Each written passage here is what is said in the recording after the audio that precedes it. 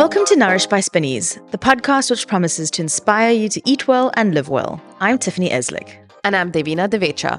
Welcome to a space where we hope to nourish your heart and your soul. On this show, we chat with leading players in the food community, from farmers to foodies, as well as health and well-being experts. It's all about engaging conversations and fresh ideas. Today, we're chatting to Zahra Abdalla. Now, Zahra wears many hats, and I'm always in awe of this woman. She's a wife, a mom, a recipe developer. She's had a TV show. She's a cookbook author. And recently, she started her own line of food products. She's also a Spinneys brand ambassador and has had a regular column in our magazine, Nourish, for years. So I actually knew about Zahra from my food blogging days when I found out about her work. She's actually one of the OG food bloggers back when we used to be called Fooderati Arabia. Who came up with that name? I am going to just say it's a group endeavor, and that's all there is to it. Okay. She has such an interesting background. I mean, I just learn something new every day about her. Her latest endeavor is a book project that's coming out in the next couple of weeks, and this has been done in partnership with Emirates Litfest. So it's one of the most exciting and the most intriguing projects I have ever worked on.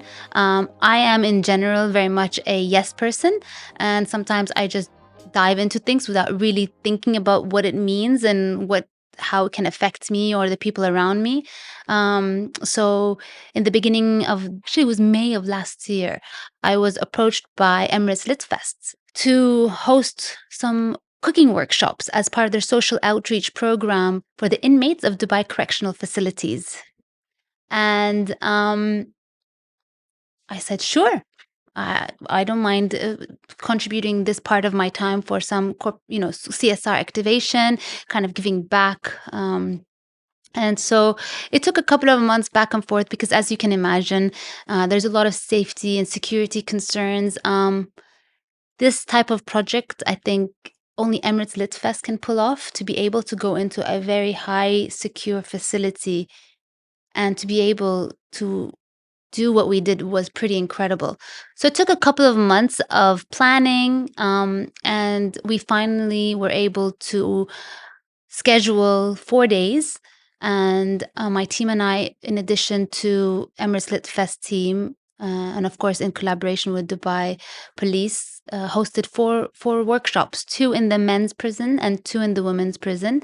And in each prison, we hosted I hosted a workshop in both English and Arabic, so that we could make sure that all nationalities would have access to this opportunity, this workshop.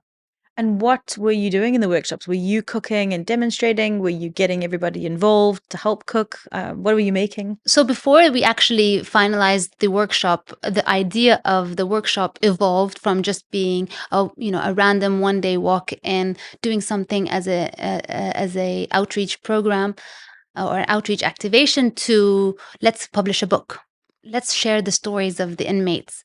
I think what was the primary focus about this project was that there's a lot of taboo when you hear the word prisoner, or you hear that someone was in prison, and so the whole idea was we need to change the language used when referring to the inmates. We don't call them prisoners, we call them inmates. We don't say that they're in prison, but they're in a correctional facility. Yeah. And I think that in itself, as a title, correctional facility, implies that there is a space of redemption. There's a space of moving forward and not being defined by something that you've done that was bad. Mm. I remember having a conversation with my husband when I told him I was going to do this, and he panicked. And initially I thought he was worried about my physical safety and security. And I thought, I'm a big girl, I can handle it. Did you see how tall I am? And I got the police hanging out with me, so we're good. Yeah. And it was only after the first workshop I realized why my husband was worried. It wasn't about my physical, it was the mental and emotional strain. I just want to take 2 steps back and just talk about the planning of the workshop. Yeah. So the point of the workshop was to go and showcase recipes that are relevant to me and my story. Mm-hmm. There are recipes that I make my way, because you have to remember there are inmates in there that are from Palestine, from Jordan, from the UAE, who make food similar to what I do. And they may come and say, excuse me, why are you teaching me my food? So the point of the message was, it's my memories associated because I want you to share your memories. Okay. So the workshop evolved into a workshop of getting their emotions into play so they could share their stories, which we would use for the book. Then the second part of the workshop was choosing recipes that we could cook, considering that there was no kitchen for us to work in. So I was very grateful to collaborate with Tavola. They supplied us with all of the equipment. We got air fryers and Instapots, and I used those as the reference of what kind of recipes I could make. And we had to prepare everything in advance. So no knives. Initially, we were going to make samosas with rolling pins. And at the last second, we were like, oh, no rolling pins. We're going to just get the samosa sheets. And it's not to say that we were expecting anything to go wrong, but these are just the limitations of the correctional facilities which we had to comply with. Yeah. And so all of a sudden your mind starts to think about things that you would never think of. Yeah. So when we finally made it into the facility, obviously we had to give a very long checklist of what we were bringing. We had to count every item that we brought in. We had to count every item that went out. It was a very interesting experience because I walked in as a teacher and I saw them as my students. I didn't see them. I chose not to see them as inmates because I wanted that 1 hour, 2 hour of the workshop to be a space of just positive space. I don't want to see you as what you are defined by. I'm not here to judge you. There is a system for whatever crime you've done. They've acknowledged that. I'm here just to be your teacher, and that's it. It was hard for me after the first day when I was working with the women because I saw them and they were just normal people. We weren't allowed to know what they did. There were inmates that were in prison for a week and some who've been in there for over 10, 15 years. But they were normal. They were very nice. They were relatable. And I remember when the workshop started, we were all very reserved and nervous. And then towards the end, it was just a very jovial, very loving space. We're laughing, we're joking, we're like teasing each other. And it was just really nice. And then in the end, the police, the head police who was responsible for the workshop came and did this whole ceremony and made everyone come. And it was just a very, very loving, very grateful, very, very just humbling space to be in. So I remember driving home thinking, whoa, I've just left with a lot of baggage. Yeah. And I think that's what my husband knew because he knows I'm a very sensitive and emotional person, although sometimes I like to act like really tough. But he knew that was where I would struggle in. And I had to just really spend every day after every workshop just to kind of cleanse my energy and just not bring back home the heaviness that's from the prison or from the facility. You know, you said that you were the teacher and you saw them as your students, but I'm sure, like, as you said, that you got so much out of this. What did they teach you? What do you think you've taken away from this experience? They're resilient. I mean, you go in there, we saw the best side of it. And I have a lot of respect for the inmates because it's not the ideal place anyone wants to hang out with. As nice as the space is made to be, you are behind bars and you are controlled. But they just make do, and you see the camaraderie, you see the friendships between the inmates. I think you see hope for them, and that gives you some kind of their hope makes you hopeful. And another group that I think are forgotten and really need to be highlighted, I think for me, is the police officers. I think Dubai has one of the nicest set of police anywhere in the world. I mean, the way they treat, obviously they're very strict. Obviously they have to be protective of themselves and protective of the other inmates. you can see that they're working in a very stressful environment, and they do it with a smile. And they do it with pleasantry. And I know it wasn't show when we were there, because I just saw that there is that lightness in interaction between the inmates and the police officers. You know that they've been together for 10-15 years, some of them, so they've built relationships with each other, and there are respectful boundaries, but there's a lightheartedness to it, which I thought kind of gave me a nice sense of calm, I think. We'll take a quick break and be right back with more. Stay with us.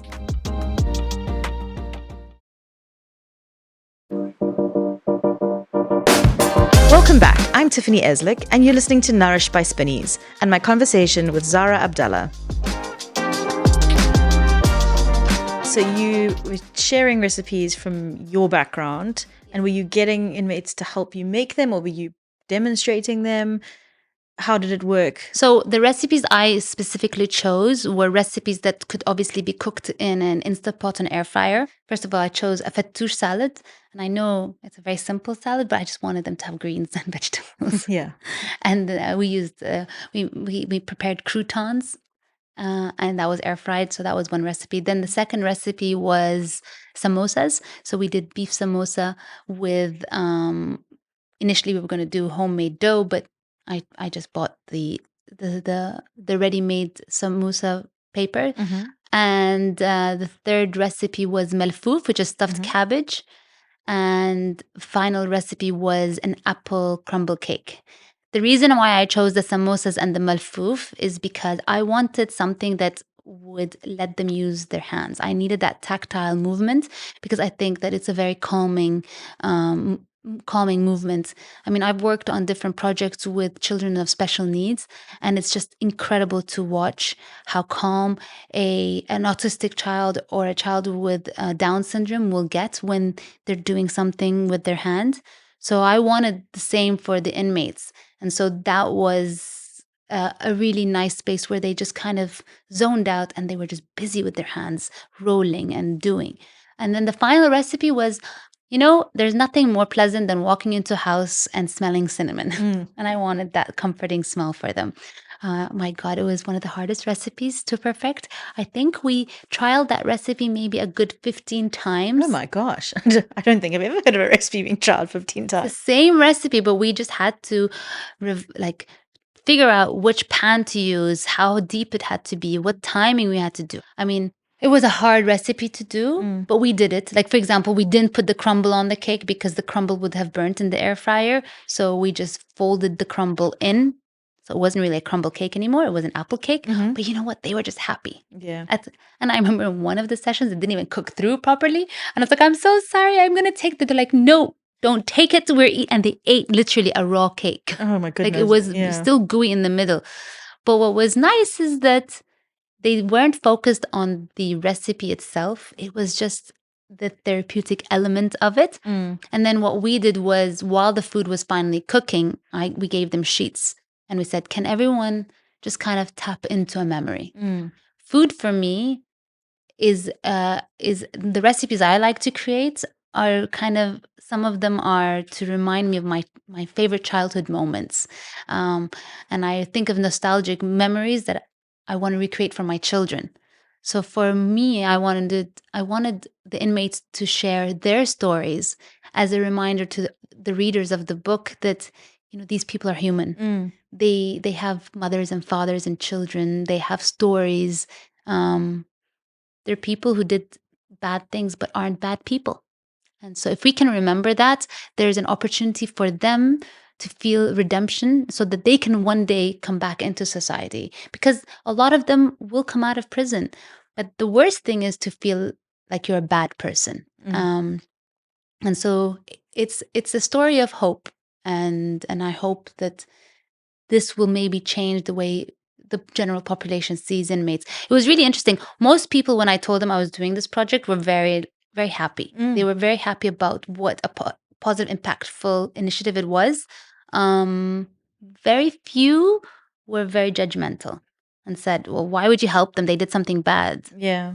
And I'm hoping to be part of the discourse that will maybe allow them to consider seeing a different perspective. Absolutely. Yeah.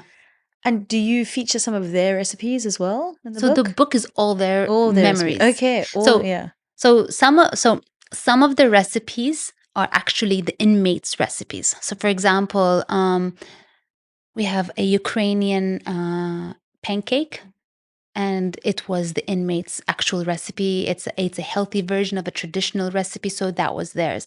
Some of the recipes are memories. So, for example, one inmate who was from the UK said he missed his mom's roast turkey dinner. Okay. Yeah. So that recipe is my recipe, but inspired by his memories. Okay. So it's a mixture of different types of recipes, but the focus is the stories behind the recipes. I think that's more important. Okay. Yeah. And how long did it take to shoot and design and get that written right? I think we had to kind of spread our tentacles Yeah. on this project, and just get a lot of people on board. Mm-hmm. So the workshops were organized in July, August, end of July.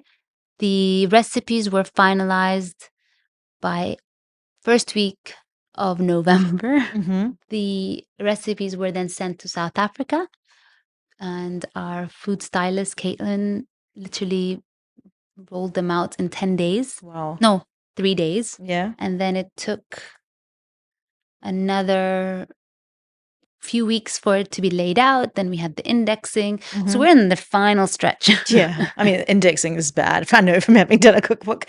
But yeah, the final stretch. It's always hard to believe that it's, going to come off that press. You're going to have this amazing book. Yeah, yeah. And so you're going to be talking about this at Emirates Lit Fest. Yes. February 3rd, there's going to be a workshop. Mm-hmm. And then on February 6th, we're going to do another session at the correctional facilities. And I've chosen 3 recipes, and we're inviting all the inmates to taste what they've created and to share with them the book so they can see what they've contributed to. Oh. And so it's very exciting. No, that is exciting. And well done for taking part in something like this. Thank you. Yeah. So I know you're super busy. So in addition to having done this, you launched a number of snack foods, Yes. which launched at Spinneys and now have gone to other retailers. Yes. You've also redone your website. Yes. Can you tell me a bit about that? Because I know you sort of really you've built this community with your blog, but now you're taking the website to the next level. What are you doing with that? So I started my blog in 2010, and then when the Instagram hype came, I kind of neglected my blog for a few years and was focusing on just sharing all my content on Instagram. Last year, I made the decision to revamp my blog, and to really take a focus on why I started this. The whole point of starting my blog was to serve a community of friends. Today, that community is much larger, but the intention is the same, is to be of service. But I also want this not to be a blog only about me, but I really want to feature my community. So I have a lifestyle section where it's going to highlight key different elements of the community, because in the end of the day, I am a person that loves to cook, but I also love fashion. I love health. I love to travel. I love to eat at restaurants. I love different wellness programs. So I want to feature the community as part of this. So there's going to be a segment called the Tastemakers, which you're going to be my first interviewee. Thank you. I'm very honored. I'm so excited to have you on it. And I want to interview every month key people who have contributed to the different elements of what Dubai is today.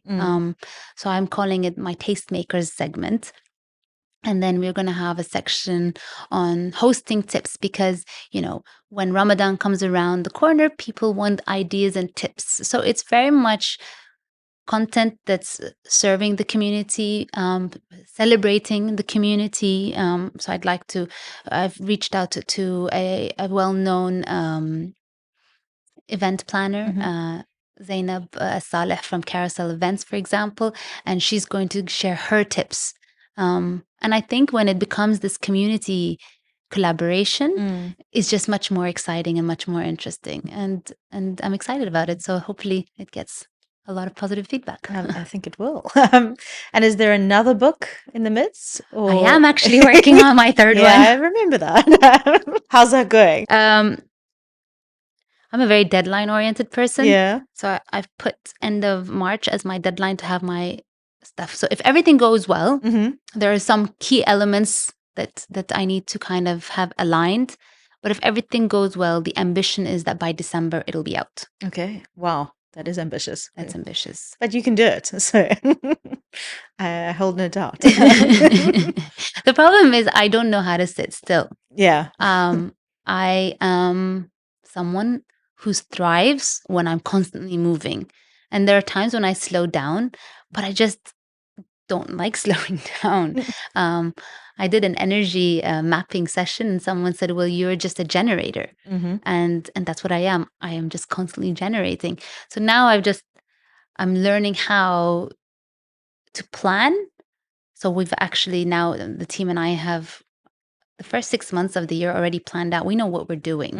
And I actually feel much more calmer because now it's just execution mode and let's do it. So it's really important. But I also try to make times where I plan unplanned time. If that makes any sense. Yes, yeah. Schedule in spontaneity. That's it. It's ridiculous, but it's true. It's important. Because, my husband works in Kuwait, so he's only here on the weekends. I have 3 children, and I've got 2 businesses that I'm running. So it's a lot on one person's plate. And it can be done, but it's got to be structured and organized. Well, good luck with everything. Thank I you. can't wait to see the second book. Yes. And in this third one. And now I cannot wait to eat some of your cake that I know is in the kitchen. Yeah. And when you said you're a feeder, I love that about you. Whenever I come here, I leave with like jars of rose jam or, a bag of rice or something. So thank you for being a feeder and please don't ever stop. Thank you.